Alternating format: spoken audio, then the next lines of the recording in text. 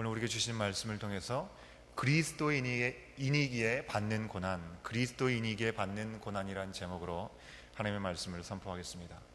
제가 청년들이나 청소년들을 만나면서 그들에게 꼭 던지게 되는 질문이 한 가지 있습니다.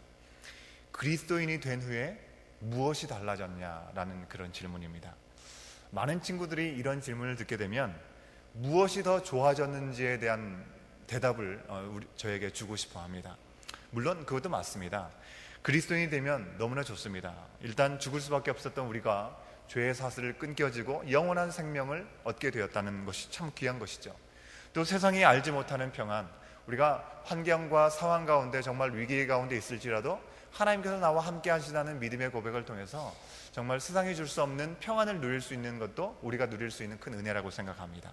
게다가 우리가 발휘할 수 있는 능력 이상의 성령의 도우시는 손길 가운데 성령의 능력으로 우리와 함께 하시기 때문에 우리가 하나님의 뜻대로 살아갈 수 있는 유익도 우리 가운데 있습니다.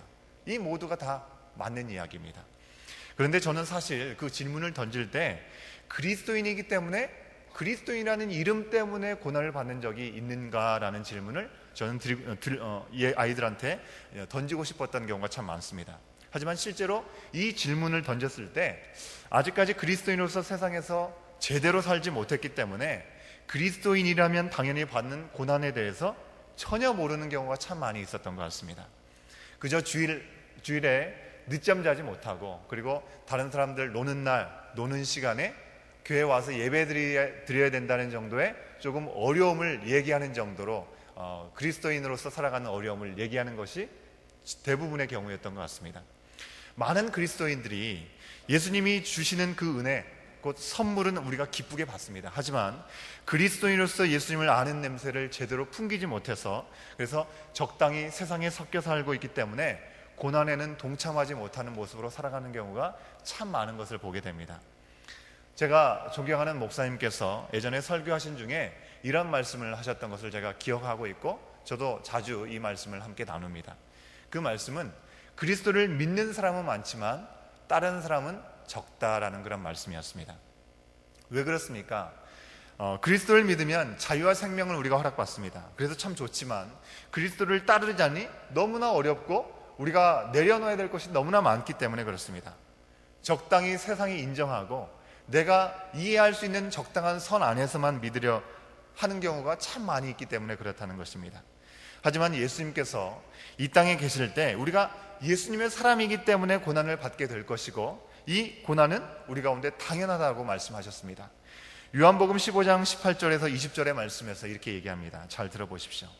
세상이 너희를 미워하면 너희보다 먼저 나를 미워한 줄 알라. 너희가 세상에 속하였으면 세상이 자기의 것을 사랑할 것이나 너희는 세상에 속한 자가 아니요 도리어 내가 너희를 세상에서 택하였기 때문에 세상이 너희를 미워하느니라. 내가 너희에게 종이 주인보다 더 크지 못하다 한 말을 기억하라. 사람들이 나를 박해하였은즉 너희도 박해할 것이요 내 말을 지켰은즉 너희 말도 지킬 것이라 라고 기록하고 있습니다. 그렇습니다. 그리스도인의 고난은 하나님의 계획에 따라 계획의 변수가 생겨서 갑자기 오는 것이 아니라고 하는 것입니다.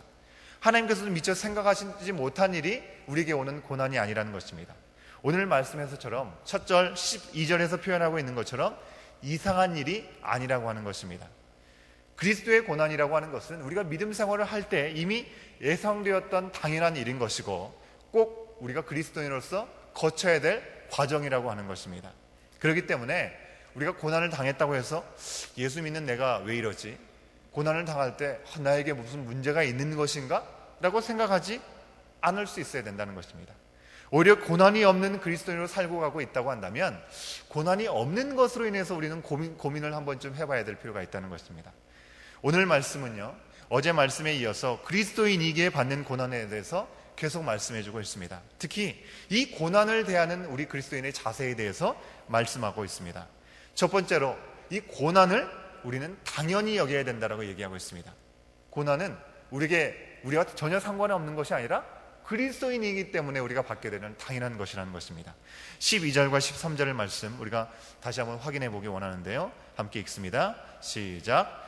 사랑하는 자들아, 너희를 연단하려고 오는 불시험을 이상한 일 당하는 것 같이 이상히 여기지 말고 오히려 너희가 그리스도의 고난에 참여하는 것으로 즐거워하라. 이는 그의 영광을 나타내실 때에 너희로 즐거워하고 기뻐하게 하려 함이라. 사도 베드로가요, 뭐라고 말씀하고 시작하고 있습니까? 사랑하는 자들아 라고 부르는 이 호칭에서 정말 소아시아 성도들을 향한 그의 애틋한 사랑의 마음을 우리가 느껴볼 수 있을 것 같습니다. 베드로는 그저 너희는 고생 좀 한번 해봐야 돼 라고 생각하면서 고난을 당연히 여기라고 그렇게 말하고 있는 것이 아니라고 하는 것입니다.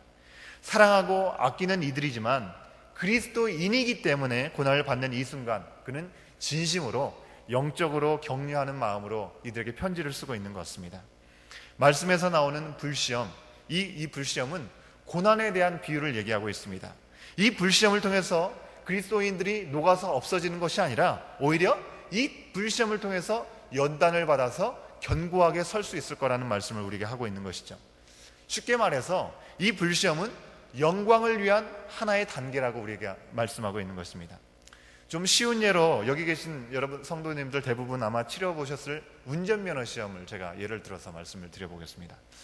운전면허 시험을 아마 운전하시는 분이라면 아마 다 겪으셨을 것이고, 그리고 운전을 하시려면 다 준비를 하셔야 되는 부분입니다. 운전면허 시험은 왜 보는 것입니까? 운전을 위한 모든 지식, 모든 실력, 그 모든 자세를 잘 갖추게 하기 위해서 필요한 것입니다. 시험을 보는 사람 중에 운전면허 시험 뭐 별거 아니라고 생각하지만 운전면허 시험을 필기시험이든지 실기시험을 보든지 그 순간만큼 긴장하지 않는 사람은 아무도 없을 것입니다. 예전에 운전면허 필기시험만 950번 보고 합격했던 차사순 여사라는 할머니의 이야기를 제가 들은 적이 있는데요. 950번을 필기시험을 보려면 공일과 주일 빼고 3년이라는 시간이 필요한 시간이라고 합니다. 아마 이분은 적어도 이 운전면허 시험을 보는 시간 동안에 정말 혹독한 연단의 훈련을 아마 받으셨을 거라는 생각을 해봅니다. 하지만 그만큼 그 시간을 통해서 자기 차를 운전할 수 있는 면허증을 받게 되었을 때 얼마나 기뻤을지 우리는 어렵지 않게 상상해 볼 수 있는 것이죠. 그런 분이 아니라 하더라도 평소에 운전에 있어서만큼은 정말 자신이 있다라고 생각하는 젊은이라 할지라도 내가 운전 너무 잘하는데 라고 운전면허 없이 운전할 수 없는 것입니다. 그렇기 때문에 기본적으로 시험을 테스트를 통과해야 되고 운전면허에 필요한 그 기본적인 소양을 거쳐야 패스를 해야지 운전을 할 수 있게 되는 것입니다. 이것은 그 사람들을 괴롭게 하고 어렵게 하려고 하는 것이 아니라 안전하게 질서 있게 운전을 하기 위해서 기본적으로 통과해야 하는 과정이고 절차라고 하는 것입니다. 우리가 운전을 하는 데에도 제대로 된 드라이버가 되기 위한 훈련과 시험이 필요하다고 한다면 그리스도인들로 믿음 안에서 바로 서고 정말 구원의 백성다운 면모를 갖추기 위한 이런 연단의 과정이 필요한 것은 우리에게 두말할 필요가 없는 것이라고 하는 것입니다. 그렇기 때문에 우리가 시험을 만나면 그 시험 자체에 걸려서 넘어지거나 지치지 말고 오히려 시험을 통과한 후에 받을 수 있는 그 영광을 기억하면서 즐거워하라고 오늘 말씀은 우리에게 말씀하고 있는 것입니다. 둘째로 그리스도를 위한 고난은 수치스러운 것이 아니라 복이라는 것을 우리에게 알아야 된다. 복이라는 것임을 우리가 알아야 된다고 말씀하여 주고 있습니다. 14절부터 16절까지의 말씀이 그것을 증거하고 있는데요. 함께 읽어보도록 하겠습니다. 시작. 너희가 그리스도의 이름으로 치욕을 당하면 복 있는 자로다. 영광의 영 곧 하나님의 영이 너희 위에 계심이라. 너희 중에 누구든지 살인이나 도둑질이나 악행이나 남의 일을 간섭하는 자로 고난을 받지 말려니와 만일 그리스도인으로 고난을 받으면 부끄러워하지 말고 도리어 그 이름으로 하나님께 영광을 돌리라. 고난을 당할 때 먼저 우리가 분명하게 돌아봐야 될 것이 있습니다. 우리가 무엇 때문에 고난을 당하고 있느냐라고 하는 것입니다. 오늘 말씀은 고난이 무조건 우리 가운데 유익하고 당연히 받아야 된다고 얘기하지 않습니다. 고난 자체를 즐기라고도 얘기하지 않습니다. 그리스도의 이름으로 받는 고난, 그리스도의 이름으로 받는 그 고난에 대해서 당연하게 여기고 부끄러워하지 말라고 얘기하고 있습니다.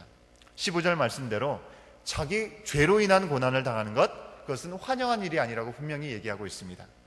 예수님께서 이 땅에서 사역하실 때요, 자기 죄로 인해서 질병을 질병 때문에 고통당한 사람들이 있었는가 하면 하나님의 뜻을 나타내기 위해서 질병 가운데 있었던 사람들이 분명히 있었습니다. 초대교회 시대에도요, 그리고 지금 이 시대에도 자기 죄와 자기 욕심의 결과로 어려움을 당한 사람들이 분명히 있습니다. 또한 바울 사도, 베드로 사도처럼 오직 그리스도를 믿고 전파하는 일 때문에 그 이유만으로 부당하게 고난을 받는 사람들이 있다고 하는 것입니다. 사도 베드로는 우리가 그리스도인으로 받는 고난은 치욕이나 부끄러워할 것이 아니라 복이라고 분명하게 말씀하고 있습니다. 왜 그렇습니까? 이 고난을 받는 동안에 그 어느 때와 비교할 수 없는 하나님의 영의 인도하심과 우리 가운데 내주하심, 우리를 돕고 우리와 함께 하시는 아주 놀라운 경험을 할 수 있는 귀한 기회가 되기 때문에 그렇습니다. 하나님의 영광을 드러낼 수 있는 그 자리에 우리와 함께 하시고 우리를 그 순간 놀랍게 지키신다는 것을 우리가 더 강하게 경험할 수 있는 시간이기 때문에 그렇습니다. 유진 피터슨이라고 하는 사람이 번역했던 메시지의 성경 번역본은요, 16절 말씀을 이렇게 번역하고 있습니다. 그리스도인이라는 이름에 반영되어 있는 여러분의 구별된 신분을 자랑으로 여기십시오 라고 번역하고 있습니다. 우리가 그리스도인 되었을 때 이 그리스도인이라고 하는 그 말 속에는요, 우리가 예수님을 위해서 살고 예수님을 위해서 고난을 받고 죽기까지 하겠다라는 고백이 그 가운데 담겨져 있다는 것입니다. 이것은 우리에게 흠이 되는 것이 아니고 짐이 아니고 자랑거리가 될 수 있어야 된다고 말씀하고 있는 것입니다. 앞서 말씀드린 대로 우리가 그리스도인이라고 하면서 그리스도인으로 인한 고난을 전혀 받은 적이 없다고 한다면 그게 오히려 우리 가운데 고민거리가 될 수 있어야 된다는 것입니다. 오히려 그것이 때로는 수치일 수도 있습니다. 왜요? 우리가 그리스도인, 진정한 그리스도인의 모습으로 살아가고 있는가를 우리가 돌아볼 수 있기 때문에 그렇습니다. 예수님의 이름은 죄악에 물든 세상에서 거침돌이 될 수밖에 없습니다. 그리고 거리끼는 이름이라고 하는 것입니다. 그런데 우리에 대해서 그 누구도 거리끼는 마음이 없고 그저 다 인정하고 칭찬만 하고 있다고 한다면 어쩌면 우리가 무림한 그리스도인으로 살면서 하나님의 뜻이 아니라 그저 사람의 뜻, 사람의 기대대로만 살아가려고 하고 있는 그런 모습이 우리 가운데 있다는 적신호가 될 수 있다고 하는 것입니다. 우리가 며칠 전에 묵상했던 베드로전서 2장 19절부터 21절 말씀에서 이렇게 얘기하고 있습니다. 잘 들어보십시오. 부당하게 고난을 받아도 하나님을 생각함으로 슬픔을 참으면 이는 아름다우나 죄가 있어 매를 맞고 참으면 무슨 칭찬이 있으리요. 그러나 선을 행함으로 고난을 받고 참으면 이는 하나님 앞에 아름다우니라.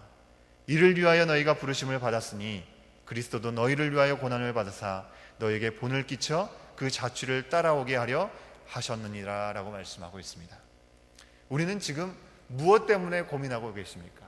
무엇 때문에 고난을 받고 있습니까? 우리 스스로 돌아볼 수 있어야겠습니다. 하나님이 기뻐하시는 일, 그 일을 하느라고 고난을 받는 것, 그것은 우리의 소명이라고 하는 것입니다. 이 아름다운 복을 우리가 두려워하거나 피하거나 부끄러워하거나 거절하지 말아야 합니다. 예수님 믿고 정말 저 사람 제정신이 아니라는 말, 정말 예수쟁이라는 말, 정말 신앙에 있어서만큼은 정말 말이 안 통한다는 말, 하나님을 두려워하면서 정말 바르고 깨끗하게 장사하면서 때로는 손해보는 모습이 있을다 할지라도 참 저렇게 장사해서는 안 되는데 라는 말을 들을 만한 정말 복된 고난, 그것이 역시 우리 가운데 고난일 수 있습니다. 그 고난이 우리 가운데 있기를 소망합니다. 세 번째로 하나님의 뜻을 믿고 그 고난 중에도 우리는 선을 행해야 된다고 말씀하고 있습니다. 17절부터 19절 말씀 우리가 확인해 보겠습니다. 17절부터 19절입니다. 시작. 하나님의 집에서 심판을 시작할 때가 되었나니 만일 우리에게 먼저 하면 하나님의 복음을 순종하지 아니하는 자들의 그 마지막은 어떠하며 또 의인이 겨우 구원을 받으면 경건하지 아니한 자와 죄인은 어디에 서리요. 그러므로 하나님의 뜻대로 고난을 받는 자는 또한 선을 행하는 가운데 그 영혼을 미쁘신 창조주께 의탁할지어다. 우리가 그리스도인으로서 환난을 당하고 고난을 받는 것, 그것은 우리가 어떻게 그 문제를 해결해 나갈까 고민하기에 앞서서 믿지 않는 자들에게는 멸망의 신호이고 멸망의 사인이라는 것을 우리에게 말씀하여 주고 있는 것을 기억할 수 있어야 됩니다.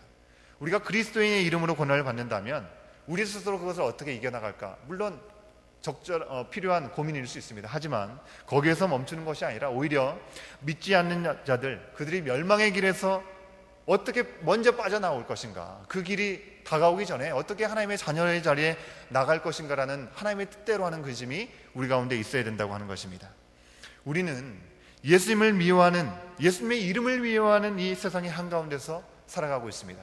어떠한 고난을 받더라도 미쁘신 창조주 그 하나님만은 우리가 믿고, 그분이 전능하시고 모든 일에 우리 가운데 앞서 행하시는 분이라는 것을 의지하는 가운데, 최고의 계획 가운데 행하시는, 우리의 생명을 운행하시는 그 하나님의 말씀 안에서 뒷걸음치지 않고 오히려 선을 행해야 된다고 말씀하고 있습니다. 우리의 고난에 대해서 누구보다도 잘 아시는 분이 우리 하나님이십니다. 우리가 받는 고난은요, 우리로 인한 것이 아닌 만큼 우리의 손으로 해결할 수 있는 것이 아닙니다. 오직 하나님의 손에 맡길 때 하나님께서 가장 좋은 길로 우리를 이끄실 것입니다. 이것을 믿으면서 오늘도 우리가 그리스도인의 특권, 우리가 여러 가지 누릴 수 있지만 그리스도인에서 누릴 수 있는 특권 중에 하나가 또한 고난이 있다는 것을 기억하면서 이 고난을 자랑스럽게 여기고 힘써 선을 행하면서 하나님의 말씀 가운데 정말 그리스도의 자녀다운 모습으로 온전히 서갈 수 있는 저와 여러분, 우리의 모습이 될 수 있기를 간절히 소원합니다. 함께 기도하시겠습니다.